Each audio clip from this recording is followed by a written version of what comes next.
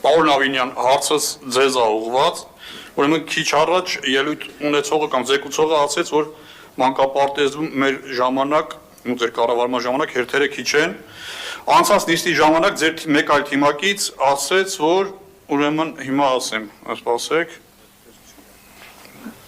Հարգելի Մանուկ Սուքյասյան, որ անդրադառնում եք մանկապարտեզներին, մեր մանուկները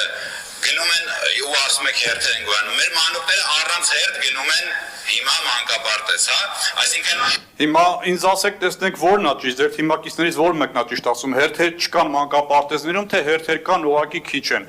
եւ եթե թվերին տիրապետում եք, թվերով ասեք։ Պարոն Դանելյան, հարցերը այս փուլում ինձ են ուղում,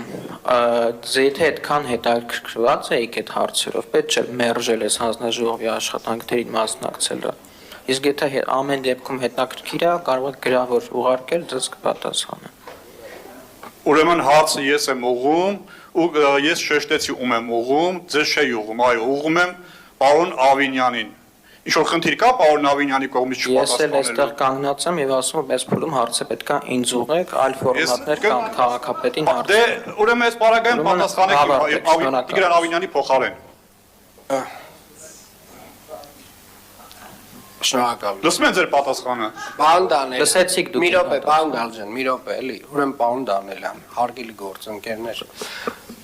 խնդրում եմ այդ կանոնակարգը բացեք, կարդացեք։ Խնդրում եմ, ուղղակի խնդրում եմ։